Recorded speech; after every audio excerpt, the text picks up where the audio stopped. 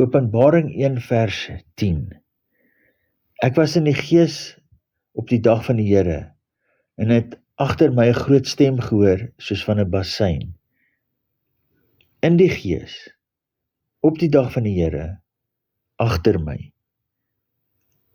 Johannes bevestig hier dat hy een van die is wat na Jesus se opstanding die invulling van die Heilige Gees deelagtig geword het.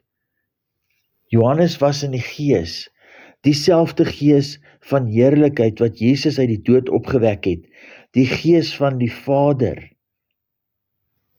die lewendmakende gees, wat 'n heerlikheid.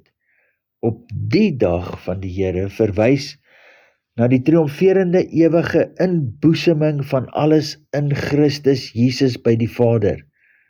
Wat 'n dag, die een van sin, een van siel en een van gees wees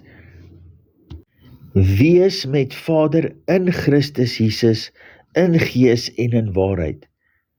Die son is daar nie meer nie, die maan ook nie, want die Here self is die lig in sy ewige dag, wat 'n geestelike dag is.